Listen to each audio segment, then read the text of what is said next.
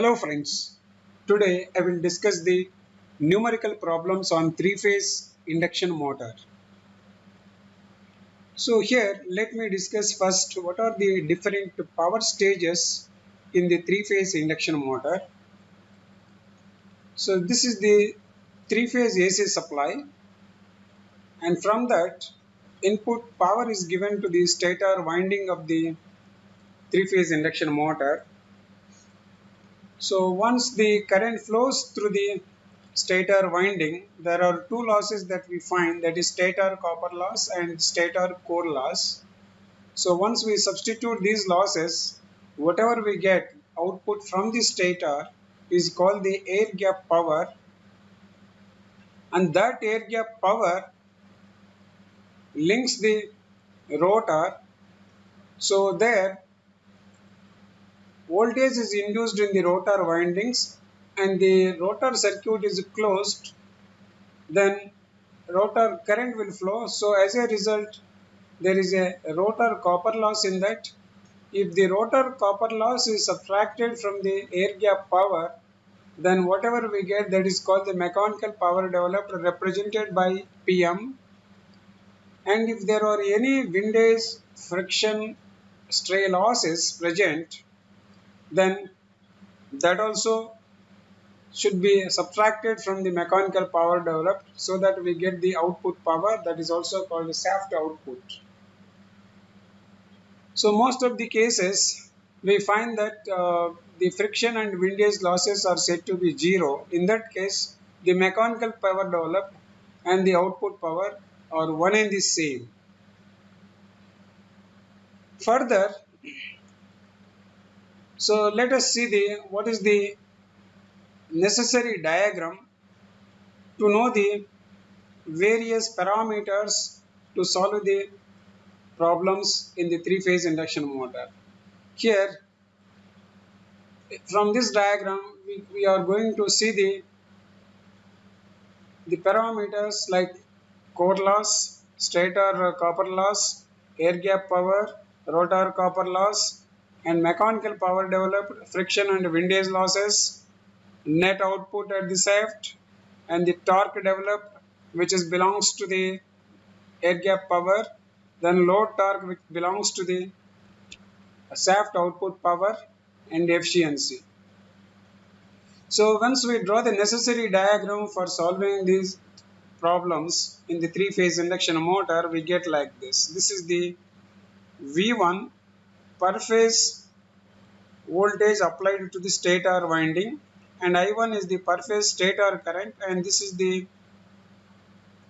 magnetizing component. This is the core loss component represented by X0 and R0 like this, and the core loss component current we represent with IW or IC, and magnetizing current we represent with the IM, and the sum of these vector sum of IW and IM is nothing but I0, and here there is stator resistance per phase represented by R1, and X1 is the stator reactance per phase, and I2 dash is the secondary current referred to the stator side, or I2 dash is the rotor current when referred to the stator side, and X1 is the stator reactance per phase, and R2 dash is rotor resistance per phase when referred to the stator side.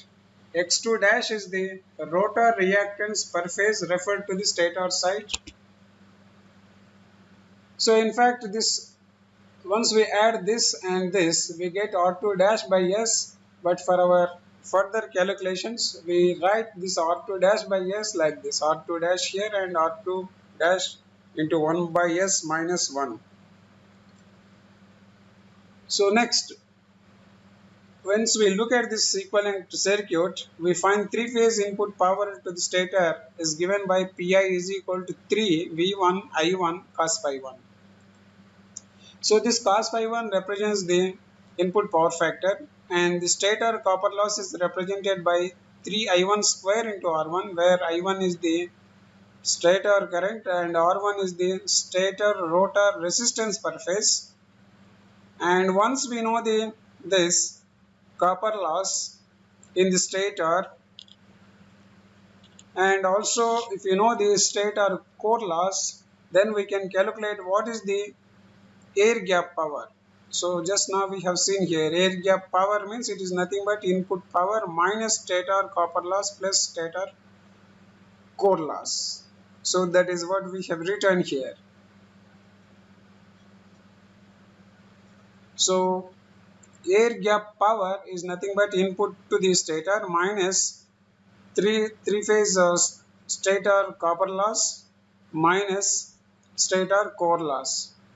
So further we can write like this: Pg is equal to 3 into E2 into I2 dash cos phi 2. So that also can be written like this: 3 I2 dash whole square R2 dash divided by S. And we know the rotor copper loss for three phases is nothing but 3 into I2 dash square into R2 dash. And this can be written like this. So look at this. What is Pg is nothing but this 3 I2 dash square R2 dash by S. So this rotor copper loss we can write as S into Pg, where Pg is air gap power. Then once we know the air gap power, and if you know the rotor copper loss, and if you subtract the rotor copper loss from the air gap power, then we get the mechanical power developed by the motor. So that is nothing but Pg minus S into Pg is equal to Pg into 1 minus S. So next, if there are any friction and windage losses, and if you subtract those windage and friction losses from this mechanical power developed, then we get the shaft output power or the net output power is equal to Pm minus friction and windage losses. And then we can write the torque developed equation: T is equal to Pm by omega m. Here omega m means it is the rotor angular velocity, that is we can calculate like this: 2 pi n by 60, and this capital N by 60 is nothing but small n means revolutions per second, and this n is the rotor speed. So we write like this. So Pm is equal to omega t means from that we get like this: torque developed is equal to mechanical power developed divided by angular velocity of the rotor. Then once we know this, so we can also write the torque equation like this: 3 I2 dash whole square into R2 dash into 1 by S minus 1. So how do you get it? This comes from this equivalent circuit. This is what is called the mechanical power developed. So we write like this: 3 I2 dash square R2 dash divided by omega into 1 by S minus 1. And then further we can simplify like this. So 3 I2 dash square into R2 dash divided by 2 pi n. So 2 pi n means that comes from this. And into 1 minus S by S. Since small n is nothing but ns into 1 minus S, so we can write like this: capital T means torque developed is nothing but 3 I2 dash square into R2 dash divided by 2 pi n into S.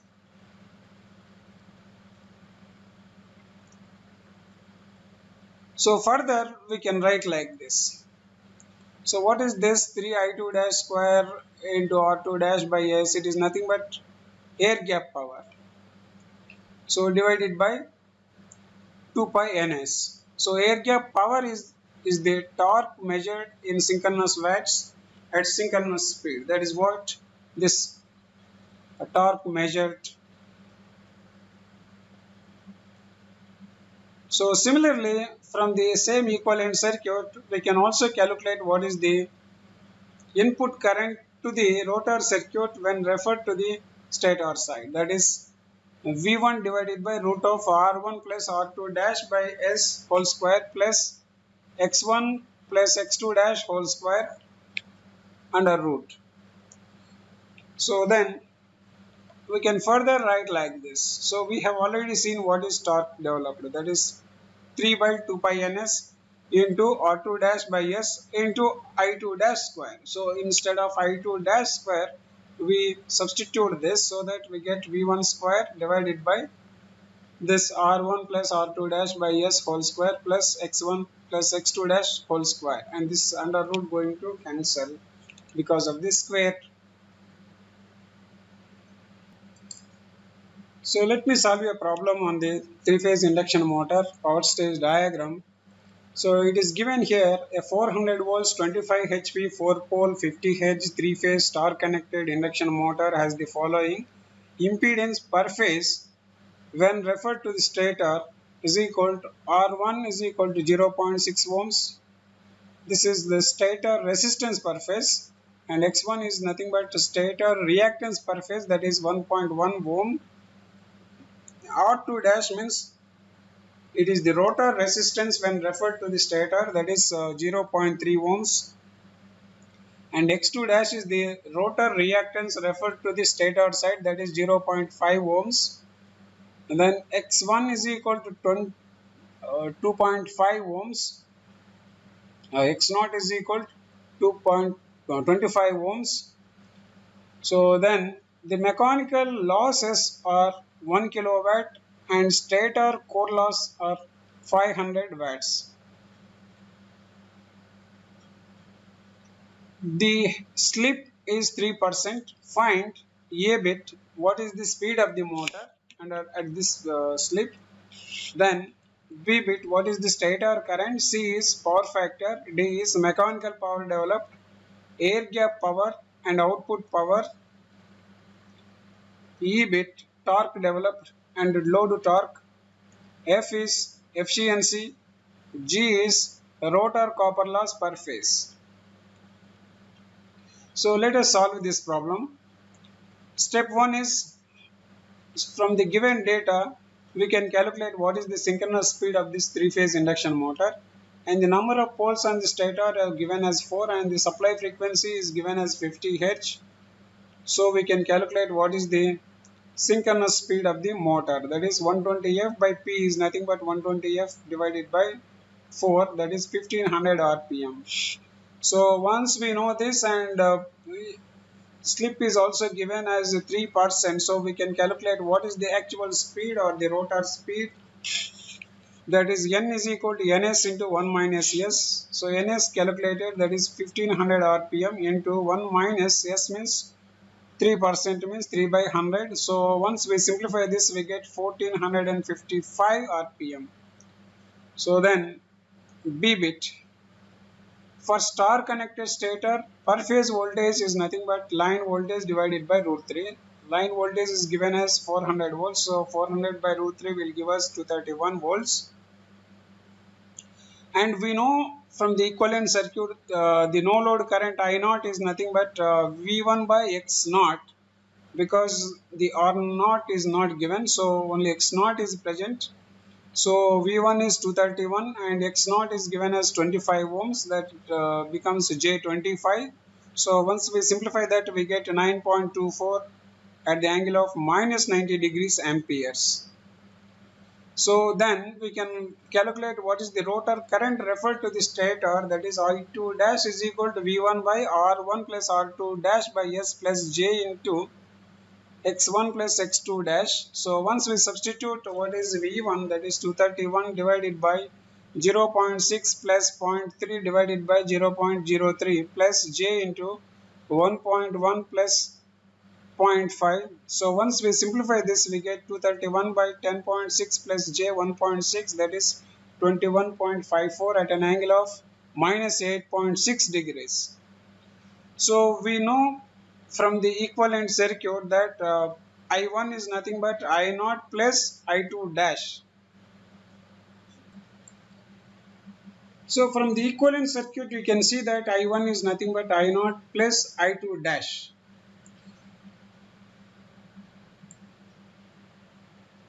So then we can write stator current I1 is equal to I0 plus I2 dash, and I2 dash just now calculated. So we add those two vectorially, that is 9.24 at an angle of minus 90 degrees plus 21.54 at an angle of minus 8.6 degrees.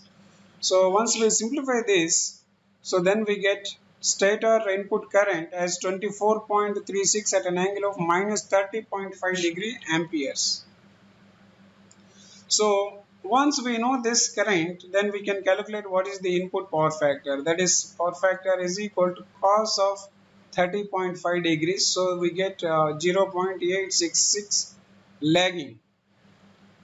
So next dBit is what is the stator copper loss. Stator copper loss is nothing but 3I1 square into R1, and we know I1 and we know R1, so we can calculate what is the stator copper loss. 3 into 24.56 whole square, and stator resistance per phase is 0.6. So once we simplify that, we get 1085.75 watts. So then we can calculate what is the input power, that is 3VI1 V1 I1 cos phi 1.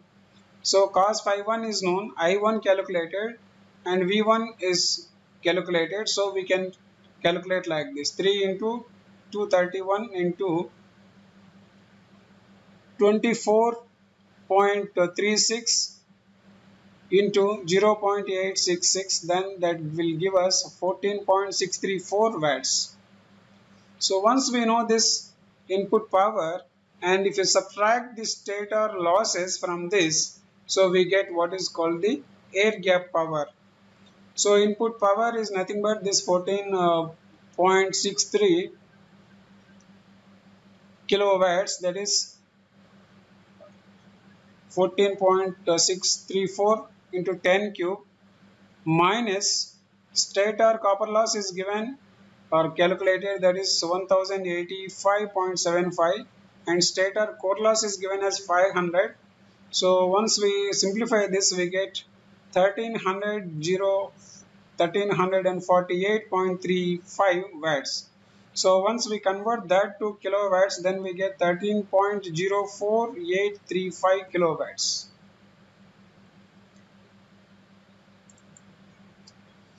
So again, let us see what is the power stage diagram to solve other bits.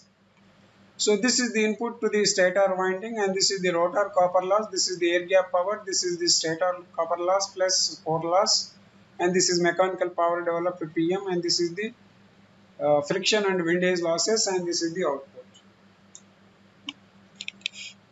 So when we subtract the stator copper loss and core loss from the stator input, then we get the air gap power, and if we subtract the rotor copper loss from the air gap power, we get the mechanical power developed, and if we subtract the friction and windage losses, then we get the net output at the shaft, that is P0. So the mechanical power developed, that is here, is nothing but Pg into 1 minus S. What is the meaning of this? Means we are subtracting the rotor copper loss. So Pg minus rotor copper loss. S into Pg is nothing but rotor copper loss. That is what we have written here. So whatever we get, that is called mechanical power developed. So once we simplify that, so because slip is known, so 13,048.35 into 1 minus 0.03, then we get 12,656.9 watts. So once we know the mechanical power developed here, and the friction losses or mechanical losses are given, if we subtract those from this mechanical power developed, then we get the output power or net output, that is PM minus mechanical loss, that is 12,656.9 minus mechanical loss. This is given in the data. So once we complete that simplification, we get 11,656.9 watts. This is the net output power. So next, further, what is the torque developed? So remember here, torque developed means there is a slight difference between the torque developed and the load torque.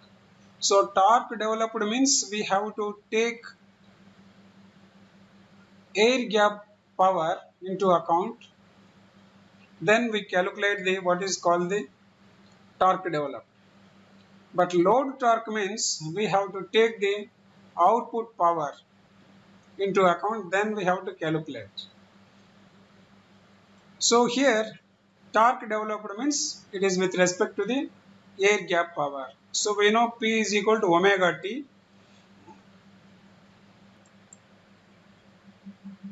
So to get the torque developed in the motor, we use air gap power, that is Pg divided by 2 pi ns. So we already discussed what is meant by ns. Ns is nothing but the angular velocity of the synchronous speed. So we know what is ns, that is nothing but 25, and we know Pg, that is 13,048.35 divided by 2 pi into 25, then we get 83.07 Newton meters. Then the other question asked is what is the load torque. So load torque means we have to take the output power into account. So output power we know, that is 11,656.9 and then divided by 2 pi n. Here we are using n means it is angular velocity of rotor's speed. So here this also we already calculated. So now we can write like this: 11,656.9 divided by 2 pi into 24.25 is equal to 76.51 Newton meters. So remember, ns means it is nothing but the synchronous speed, that is 1500 divided by 60, whereas the small n indicates it is the rotor speed, that is 1455 divided by 60. So that gives here 24.25, whereas here it gives 25. That is how we have to calculate for this small ns and small n. And this was discussed in the previous problem also. So once we substitute those values here, then we get the load torque as 76.51 Newton meters. And the other question, that is F question, is given as what is the efficiency of this motor. We know what is the output of the motor and we know what is the input to the stator. So what is the output of the motor, just now calculated, that is 11,656.9 divided by stator input, also we know that is 14,634.1. So then we get efficiency as 0.797, that is 79.7%. And we know what is the rotor copper loss, that is G bit. Rotor copper loss we can calculate just by multiplying the air gap power with the slip. A slip we already calculated, that is 3% means 0.03 into air gap power also calculated, that is 13,048.35. So once we simplify that, we get 391.45 watts. So this is the total rotor copper loss. What we want is what is the rotor copper loss per phase. So divide this total copper loss by 3 so that we get the per phase rotor copper loss, that is we get 180.48 watts. So next let us take another problem.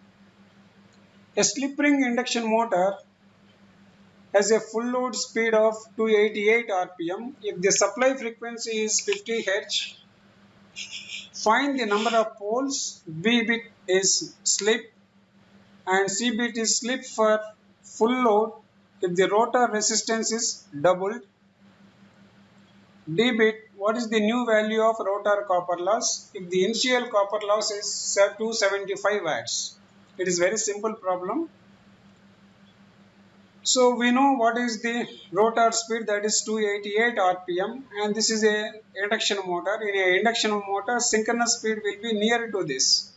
So for what number of poles of the stator we get the synchronous speed near to the 288 rpm. So it is a trial and error method. If you take the P is equal to 20, so we get the rotor, the synchronous speed as 120 into 50 divided by 20. This 50 means supply frequency which is given, and the 20 is the assumed number of poles on the stator. So we get 300 rpm.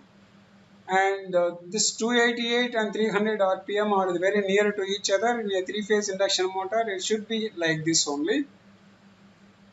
So once we know the synchronous speed and also the rotor speed, then we can calculate what is the slip of the motor, that is ns minus n divided by ns, that is 300 minus 288 divided by 300, then we get 0.04. And he also mentioned initial copper loss is given as 275 watts, and he also mentioned if the rotor resistance is doubled, what happens to this slip. So we know from the derivation that slip is directly proportional to the rotor resistance. So once the rotor resistance doubles means slip also doubles, that is 2 into 0.04, that is we get 0.08 or 8%. Next, what is the new copper loss? When the rotor resistance doubled means automatically the new rotor copper loss becomes like this, or the new copper loss will become 2 into 275, that is 550 watts.